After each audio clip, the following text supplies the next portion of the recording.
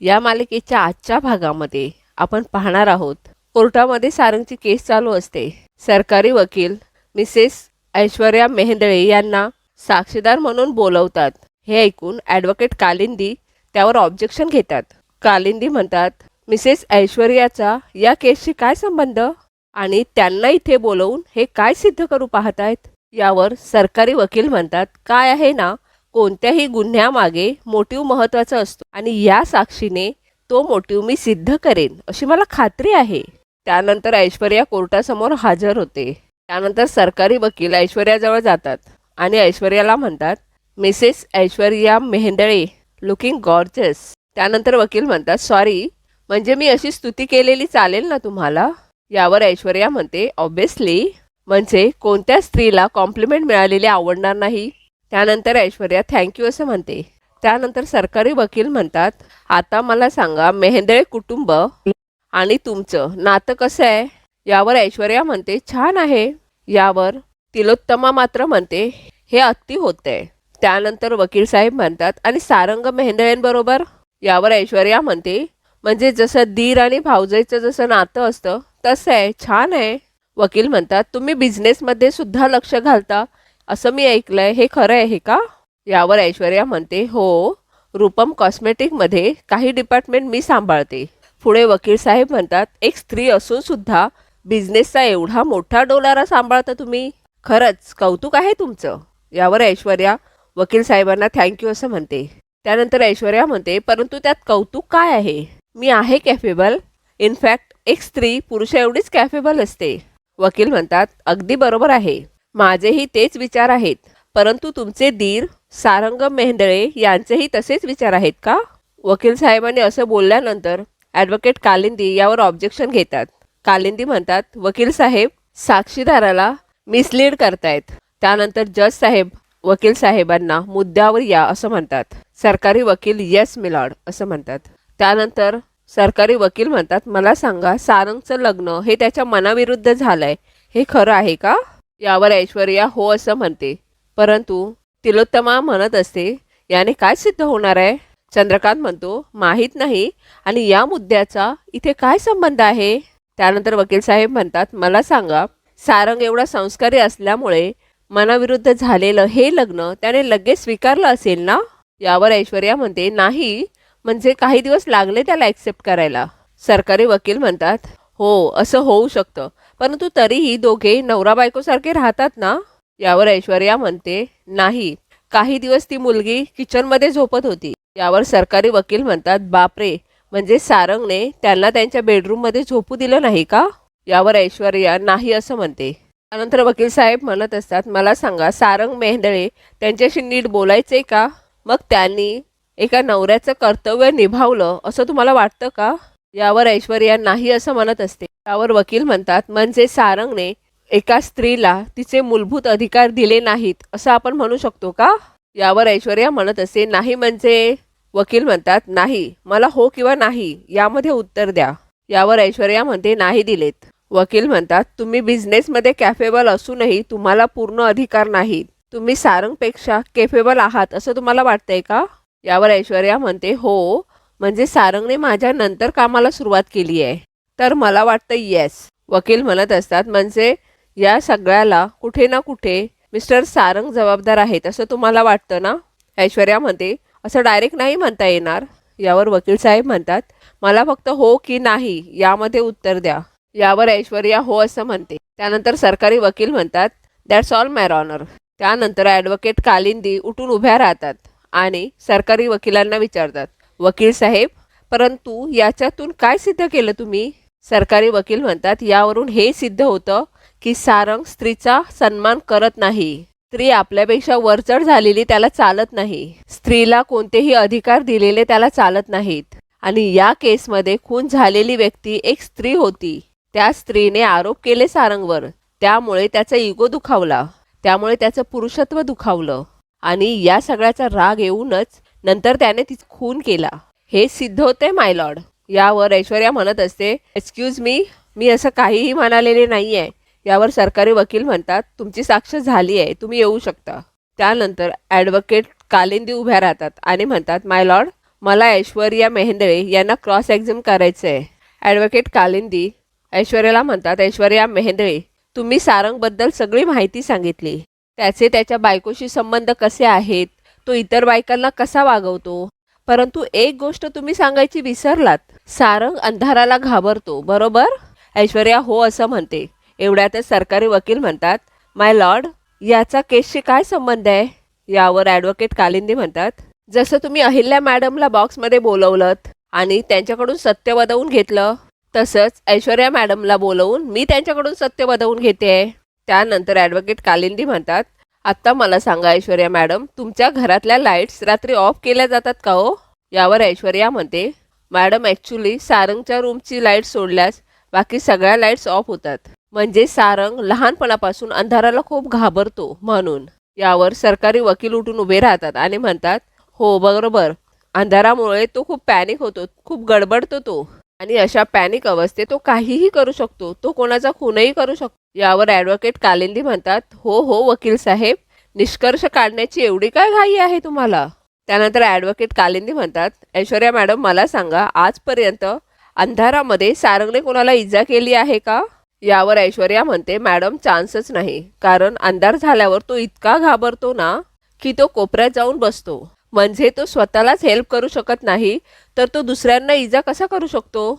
यावर कालिंदी म्हणतात, माझे अश्शील अंधाराला घाबरतात. जेव्हा अंधार असतो तेव्हा ते विड्रॉ होतात, घाबरतात, एखाद्या कोपऱ्यात जाऊन बसतात. अशी त्यांची मेडिकल कंडिशन आहे आणि त्याचा मेडिकल रिपोर्ट मी आधीच सबमिट केलेला आहे. आणि आपल्या सगळ्यांनाच हे माहिती आहे की ज्या दिवशी खून झाला त्या दिवशी तिथे लाईट्स नव्हत्या. याचाच अर्थ अंधारामध्ये सारंगने तो खून केलेला असणं शक्यच नाही आहे.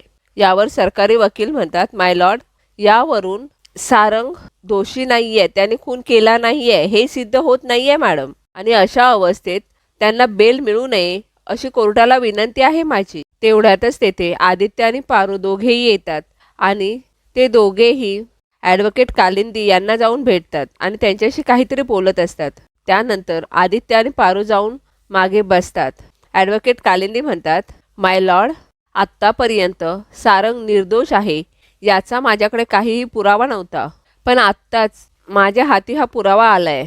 माय लॉर्ड, याच्यामध्ये क्राईम सीनवरती सापडलेले एक ब्रेसलेट आहे ज्याच्यावरती रक्ताचे डाग आहेत आणि ते रक्ताचे डाग सारंगचे नाही आहेत. आणि त्या संदर्भातला फॉरेन्सिक रिपोर्टसुद्धा मी त्या ब्रेसलेटबरोबर दिलेला आहे. याचा अर्थ असा होतो युअर ऑनर, ज्या दिवशी खून झाला त्या दिवशी सारंगबरोबर आणखी एक व्यक्ती तिथे उपस्थित होती आणि त्या व्यक्तीनेच हा खून केल्याची शक्यता नाकारता येत नाही आहे.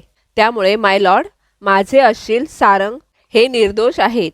त्यानंतर ॲडव्होकेट कालिंदी इन्स्पेक्टरला विचारत असतात, एवढा मोठा पुरावा तुमच्या नजरेतून कसा काय सुटला? इन्स्पेक्टर मात्र खाली मान घालून ऐकत असतात. कालिंदी म्हणतात, याचा अर्थ काय होतो माहिती आहे का तुम्हाला? तुम्ही कोणाला तरी प्रोटेक्ट करताय आणि याचा दुसरा अर्थ असा होतो की तुम्ही सारंगला टार्गेट करताय, बरोबर ना? आदित्य इकडे स्वतःशीच म्हणत असतो, हे ब्रेसलेट नक्कीच त्या मुलाचं असणार आहे आणि त्या मुलाला खुनी कोण आहे हे माहिती असणार आहे, परंतु तो मुलगा सापडला पाहिजे. सरकारी वकील म्हणतात, पण यावरून गुन्हा सिद्ध होत नाही मिलॉर्ड. पुढे सरकारी वकील म्हणतात, मला आदित्य किर्लोस्कर यांची उलट तपासणी घ्यायची आहे. त्यानंतर सरकारी वकील आदित्यला बोलवतात. वकील साहेब आदित्यला म्हणतात, मिस्टर आदित्य, तुम्ही बिझनेसमॅन नाही, एक डिटेक्टिव्ह व्हायला पाहिजे होतं. ऐनवेळी किती महत्त्वाचा पुरावा तुम्ही सादर केलात नाही का? मला सांगा, या पुराव्यावर आम्ही विश्वास कसा काय ठेवायचा? तुम्ही तुमच्या आईची शपथ घेऊन सांगा की हा पुरावा खरा आहे. यावर आदित्य म्हणतो, मी माझ्या आईची शपथ घेऊन सांगतोय की हा पुरावा खरा आहे. यावर वकील साहेब म्हणतात, मिलॉर्ड, आदित्य हा कोणी पोलीस नाही आहे, तो एक बिझनेसमॅन आहे आणि खुनासारख्या केसमध्ये त्यांनी क्राईम सीनवरती जाऊन पुराव्याची ढवळाढवळ केली आहे. त्यामुळे हा पुरावा ग्राह्य धरला जाऊ नये आणि उलट त्याला अटक केली जावी अशी मी कोर्टाला विनंती करतो. त्यानंतर आदित्य म्हणत असतो, प्लीज असं नाही आहे ॲक्च्युली. तेवढ्यातच एक इन्स्पेक्टर तेथे येतो आणि म्हणतो, मिलॉर्ड, हे सर्व पुरावे मी दिले आहेत आदित्यकडे.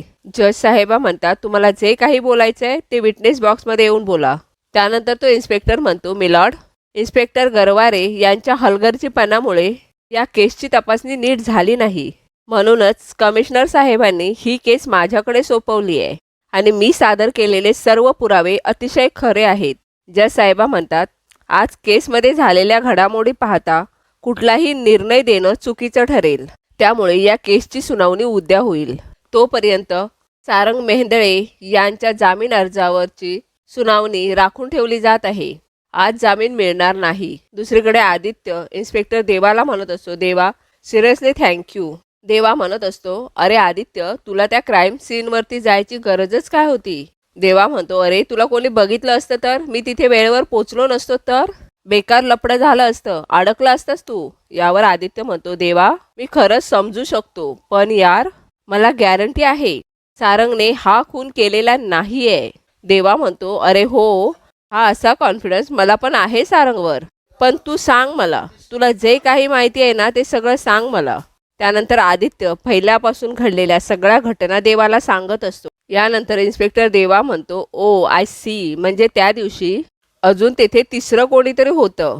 म्हणजे त्या दोघात तिसरा बहुतेक हा तोच मुलगा असणार, कारण तुला जे ब्रेसलेट सापडलंय तेच आम्हाला स्वराच्या बॉडीबरोबर सापडलंय. यावर आदित्य म्हणतो, काय? यावर आदित्य म्हणतो, म्हणजे त्या ब्रेसलेटचा जो अर्धा भाग आहे तो स्वराच्या हातामध्ये होता. यावर इन्स्पेक्टर देवा म्हणतो, हो, तो हार्टवाला. यावर आदित्य म्हणतो, म्हणजे मग तोच मुलगा आहे. देवा, ह्याचा त्या स्वराच्या खुनाशी खरंच काहीतरी संबंध आहे. ज्या अर्थी तुम्ही त्याला भेटायला गेला होता तेव्हाच त्याला पळवलं कुणीतरी. इसका मतलब समज रहा है? यावर आदित्य म्हणतो, काय? म्हणजे तो पुरावा आपल्या हाती लागू नये याची कोणीतरी काळजी घेत आहे. हा ना सारंगला अडकवण्याचा सॉलिड प्लॅन आहे. असा माझा एपिसोड चाललाय काय?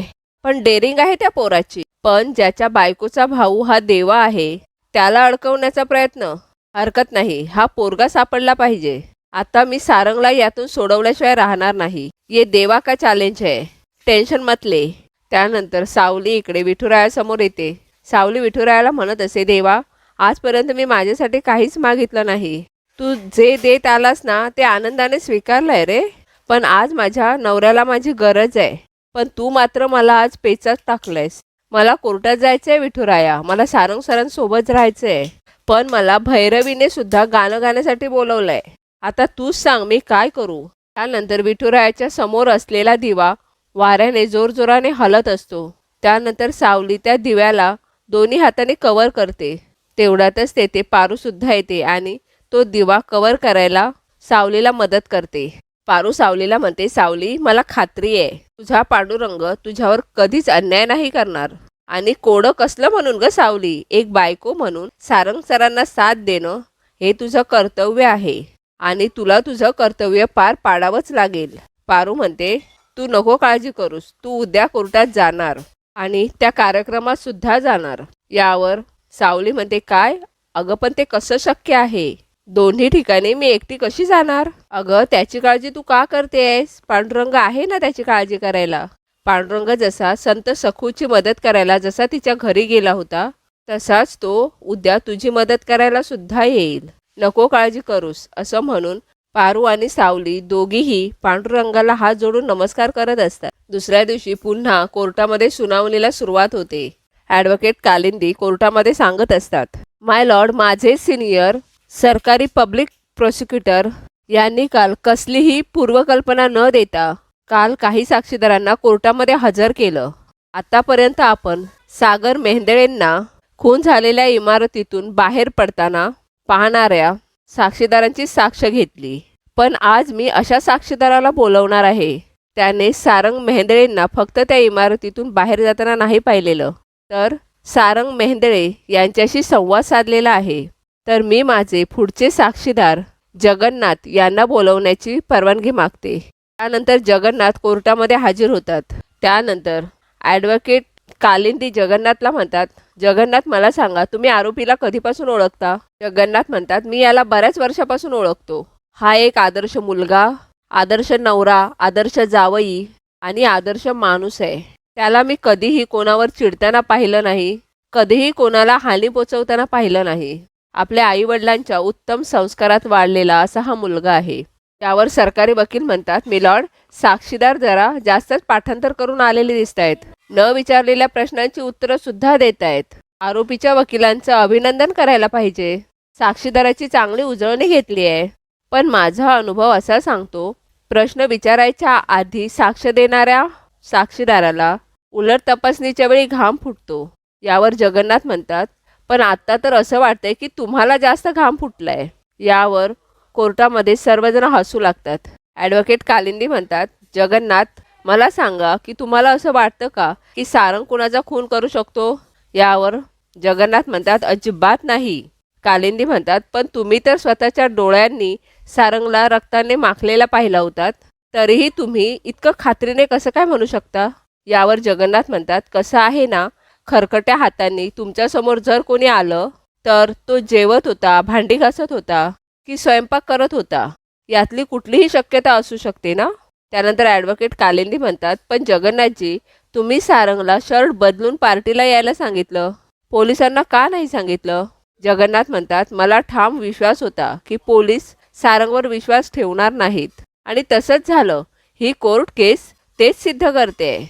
आणि सरकारी वकील त्यांनी खून केलेला नसतानाही त्याला गुन्हेगार म्हणतायत, त्याला खुनी म्हणतायत. कालिंदी म्हणतात, तुम्ही नक्की सारंगला खून करताना पाहिलेलं नाही आहे ना. यावर जगन्नाथ म्हणतात, मॅडम, मी धार्मिक माणूस आहे, ज्योतिषशास्त्राचा माझा अभ्यास आहे, अध्यात्माची जाण आहे. गीतेवर हात ठेवून मी कधीच खोटं बोलू शकत नाही. सारंगने हा खून केलेलाच नाहीये. त्यानंतर कालिंदी म्हणतात, माय लॉर्ड, माझे प्रश्न विचारून झालेले आहेत. यावर सरकारी वकील म्हणतात, मला जगन्नाथ यांना काही प्रश्न विचारायचे आहेत. दुसरीकडे सावली आणि पारू दोघीही शिवानीच्या ऑफिसमध्ये येतात. शिवानी सावलीला म्हणत असते, अरे वा, एवढ्या लवकर माझं चॅलेंज ॲक्सेप्ट केलंस तू? परंतु सावली म्हणते, नाही, मी एका वेगळ्याच कारणासाठी आले. सावली शिवानीला म्हणते, मी तुमचं तोंड गोड करायला आले आहे, कारण सारंग सरांची उद्या निर्दोष सुटका होणार आहे. तुम्ही कितीही प्रयत्न केले ना सारंग सरांना माझ्यापासून दूर करण्याचे, तरीही तुमच्या प्रयत्नांना मी यश मिळू देणार नाही. कारण सारंग सर फक्त माझे आहेत आणि माझेच राहणार. आणि मला माहिती आहे या सगळ्या प्रकरणात तुमचाच हात आहे, पण विजय शेवटी सत्याचाच होतो. आणि मला खात्री आहे उद्या सारंग सरांची निर्दोष सुटका होणार आहे. पण त्यानंतर तुमची काय अवस्था होईल याचा नक्की विचार करा. असं म्हणून सावली जबरदस्तीने शिवानीच्या तोंडामध्ये एक पेढा कोंबते. त्यानंतर पारू आणि सावली तेथून निघून जातात. त्यानंतर पारू इकडे सावलीला म्हणत असते, कसला भारी धडा शिकवलायस त्यांना, मला खूप आवडलं. पण मला एक कळलं नाही, तू असं अचानक कसं काय वागलीस? म्हणजे नेमकं झालं तरी काय? असं नेमकं काय केलंस तू? सावली म्हणते, माहीत नाही ग, माझ्यात एवढं बळ कुठून आलं ते. असं अंगात अचानक शक्ती संचारल्यासारखं वाटलं. पारू, त्या शिवानी मॅडम मला आणि सारंगला दूर करण्यासाठी इतक्या खालच्या पातळीला जातील असं कधीच वाटलं नव्हतं मला. नाही, याआधी सुद्धा त्यांनी असे प्रयत्न केले आहेत, पण मला खात्री आहे या सगळ्या प्रकरणात त्या शिवानी मॅडमचा नक्कीच काहीतरी हात आहे. यावर पारू म्हणते, सावली बघ, तू त्या शिवानी मॅडमला आता पेढा तर भरवलास सारंग सर सुटतील म्हणून, पण म्हणजे हे सगळं केल्यानंतर त्याने अजून काही दुसरं केलं तर, म्हणजे त्या अजून चिडल्या तर? यावर सावली म्हणते, चिडतील ना, नक्कीच चिडतील, आणि मला तेच हवं आहे. त्यांनी एवढं चिडावं की रागाच्या भरात कोणती तरी चूक करावी. माणूस स्वतःला कितीही हुशार समजत असला ना तरी सुद्धा कधी कधी तो अशा चुका करून बसतोच, आणि कदाचित त्यांची ही चूक आपल्या फायद्याची ठरेल. पारू, मला ना ही लढाई जिंकायची आहे, तेही माझ्या सारंग सरांसाठी. यावर पारू म्हणते, तू जिंकणार, ही लढाई तूच जिंकणार. आणि तू माझी मैत्रीण आहेस म्हणून नाही सांगत आहे मी, तू सत्याची बाजू घेतेस म्हणूनच तू ही लढाई जिंकणार, मला खात्री आहे. त्यानंतर पारू म्हणते, अगं बोलत काय उभे आहोत आपण, तुझ्या त्या लाडक्या भैरवी मॅडमची सुद्धा लढाई जिंकायची आहे ना आपल्याला. चल आता. सरकारी वकील जगन्नाथला म्हणतात, मिस्टर जगन्नाथ, तुम्ही ज्योतिषी आहात. जगन्नाथ म्हणतात, नाही. सरकारी वकील म्हणतात, पण मगाशी तर तुम्ही तसं म्हणालात. यावर जगन्नाथ म्हणतात, मी असं म्हणालो की मी त्याचा अभ्यासक आहे. यावर सरकारी वकील म्हणतात, अच्छा, म्हणजे माझा वकिलीचा अभ्यास आहे, पण मी वकील नाही, असं म्हटलं तर चालेल? यावर जगन्नाथ म्हणतात, तुम्ही वकील नाही हे म्हणायला माझी काहीच हरकत नाही. यावर कोर्टामध्ये सगळेजण हसत असतात. त्यानंतर सरकारी वकील म्हणतात, मी मुद्द्यावर येतो. जगन्नाथ म्हणतात, या लवकर मुद्द्यावर या, जमेल तुम्हाला. वकील म्हणतात, हुशार आहात. जगन्नाथ म्हणतात, हो, म्हणूनच तर वकील नाही झालो ना. सरकारी वकील म्हणतात याचा अर्थ तुम्ही आरोपीला खून न करताही पाहिलेलं नाही, बरोबर ना? यावर जगन्नाथ म्हणतात मी तुम्हाला डोकं खाजवताना पाहिलं नाही. सरकारी वकील म्हणतात मी कधी डोकं खाजवलं? जगन्नाथ म्हणतात एक्झॅक्टली, जी गोष्ट तुम्ही केलीच नाही ती करताना तुम्हाला पाहिल कसं कोणी? यावर सरकारी वकील म्हणतात सारंग निर्दोष आहे हे तुम्हाला माहिती होतं म्हणून तुम्ही त्याला मदत केली, की तुम्हाला हे माहिती होतं की सारंगने खून केलाय म्हणून तुम्ही त्याला मदत केली?